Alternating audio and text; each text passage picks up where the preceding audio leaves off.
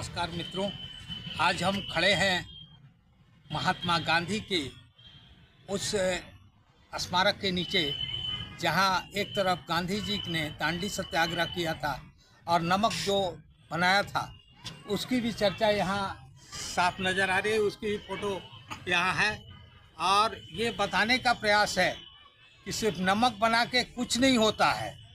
नमक बनाने के पीछे गांधी जी की अपनी मानसिकता थी कि भारत के लोगों को एक करें।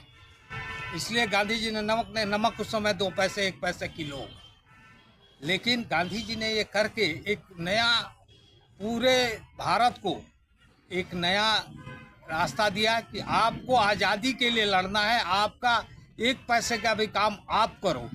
और हमारे साथ जुड़े हैं प्रबुद्ध समाजवादी नेता और चंद्रशेखर जी के विचारों के बहुत ध्वज धावक कहिए, और अनवर सादात भाई।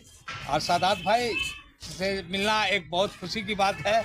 और सादात भाई, हम जानना चाहेंगे कि आप यहाँ पटना में हैं, क्योंकि वर्चुअली आप रहते दिल्ली में हैं, लेकिन आप यहाँ आए और एक चीज़ हमें समझ में नहीं आ रही है कि हमारे जो माननीय महामहिम नवनियुक्त जिनको नवनियुक्त किया गया है, उनसे भी हमें कहीं से ये विचार आया कि आपके संबंध बहुत अच्छे हैं, लेकिन आज जैसे मीडिया के तरफ से ही ये बात उठ रही है कि ये ऐसे व्यक्ति हैं जो एक तरफ आरएसएस के भी समर्थन में रहे हैं और यहाँ आने के बाद लालू जी से भी मिल रहे हैं।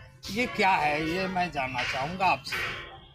देखिए संजय भाई, आप पत्रकार हैं, बहुत दिनों से मैं भी आपको जानता हूं। जैसे आपने इंट्रो में बताया कि मेरा संबंध हमारे गुरु पूर्व प्रधानमंत्री श्री चंद्रशेखर जी से रहा है।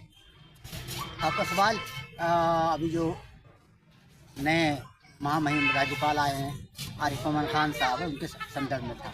आरिफ मोहम्मद खान साहब को महामहिम राष्ट्रपति ने बिहार का गवर्नर नियुक्त किया और उन्होंने भारतीय संविधान पे राजभवन में शपथ ली।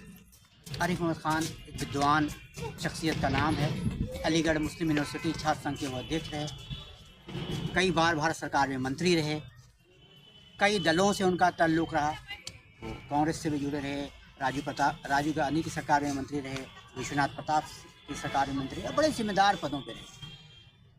आरिफ मोहम्मद खान साहब को की आप शख्सियत को पढ़ेंगे तो एक उम्मीद की किरण है। आज के इस साम दाम दंड भेद की राजनीति में उनका अपना एक चिंतन है। उनका अध्ययन बड़ा गहरा है और बहुत पढ़ते हैं।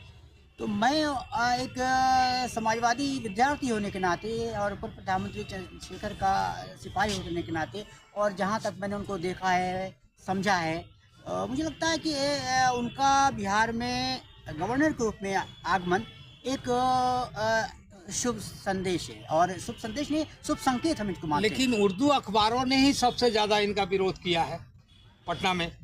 हाँ, अगर इस बात में बहुत अच्छा सच्चाई हो सकती है और होगी भी कि चूँकि शाहबानों के मामले में आरिफ मोहम्मद खान साहब की राय मुस्लिम जमात के बड़े समूह के विपरीत रही, इसलिए मुसलमानों का एक बड़ा तबका और उर्दू अखबारात और इस तरह का एक बड़ा समूह उनकी बातों से असहमति प्रकट करता है, असहज महसूस करता है।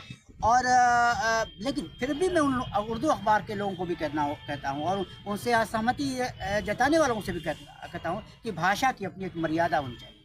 बिहार का जो गवर्नर है वो फर्स्ट सिटीज़न है।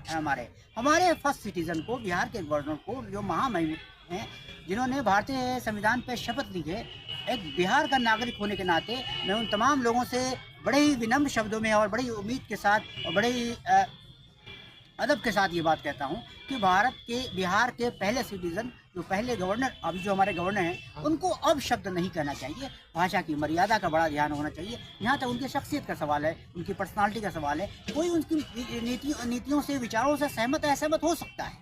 मैं एकदम प्रखरता के साथ उन लोगों का विरोध कर रहा हूँ जो आरिफ मोहम्मद खान साहब को राज्यपाल बनने पे अक्षत कह रहे हैं, असहमति हो सकती है, उनके विचारों से असहमति होती है। उनको भाजपा ने नहीं भेजा है, उनको महामहिम राष्ट्रपति ने यहाँ का गवर्नर नियुक्त किया। और दूसरी बात, गवर्नर यूनिवर्सिटी का चांसलर होता है, इसलिए अभी बहुत सारे मामले बिहार में यूनिवर्सिटी के छात्रों के लगातार चल रहे हैं। मैं आशान्वित हूँ कि आरिफ मोहम्मद खान चूँकि छात्र राजनीति से आए हैं, अलीगढ़ मुस्लिम विश्वविद्यालय छात्र संघ के वो अध्यक्ष रहे हैं, इसलिए मेरी उम्मीद ये है कि इन छात्रों के सवाल पे भी वो दलगत राजनीति से ऊपर उठ के और एक संवैधानिक पद पर रहने के नाते और संविधान का कस्टोडियन होने के नाते बिहार में वो छात्रों से भी मिलेंगे, संवाद करेंगे और यूनिवर्सिटी को बेहतर बनाने में जितने भी वाइस चांसलर अभी जो नियुक्त होने वाले हैं, जो भी वाइस चांसलर वहाँ काम कर रहे हैं, जो भी यूनिवर्सिटी का जो क्रियाकलाप है वो बहुत ही बेहतर होगा। मैं बहुत ही उम्मीद मुझे है कि आरिफ मोहम्मद खान एकेडमिक आदमी है, लिखने वाले, पढ़ने वाले, चिंतन करने वाले। आपने कहा जितना वो संविधान जानते हैं उतना ही कुरान जानते हैं, उतना ही गीता जानते हैं, बहुत अध्ययन है उनका। इसलिए चूँकि राजनीति में साम दाम दंड भेद, पूंजी से सत्ता और सत्ता से पूंजी का केंद्र है, ऐसे में कोई अगर चिंतन वाला व्यक्ति आता है तो मैं चूँकि पूर्व प्रधानमंत्री चंद्रशेखर के विचारों का दुआजवाक हूँ, इसलिए मैं अपने आप को उनसे निकट पाता हूँ और उनसे मैं प्रयास करता हूँ कि ऐसे लोगों से सीखा जाए। वो एक इंस्टीट्यूशन है, ऐसे इंस्टीट्यूशन से सीखना चाहिए, वाद विवाद से दूर। और मैं बिल्कुल आशान्वित हूँ कि जब तक वो रहेंगे बिहार में हायर एजुकेशन में बड़ा काम करेंगे। आप देखेंगे यूनिवर्सिटी की शक्ल बदलेगी।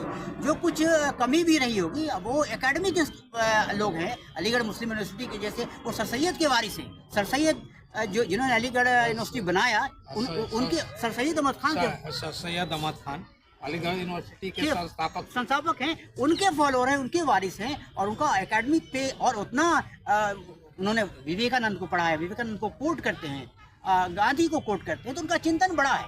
वो दल से ऊपर हैं और हमारे गवर्नर हैं, बिहार के फर्स्ट सिटीजन हैं, उनका सम्मान किया जाना चाहिए और उनके अनुभवों का फ़ायदा उठाना चाहिए। मैं राजनीति में सक्रिय साथियों से कहता हूँ कि इत्तेफाक से बड़ी खुशकिस्मती हमारी है कि आरिफ मोहम्मद खान साहब बिहार आए, उनके अनुभव का लाभ उठाया जाए, उनसे सीखा जाए। भारतीय संविधान को पढ़ने, परखने, समझने, उसको आत्मसात करने के लिए आरिफ मोहम्मद खान बिहार में एक उम्मीद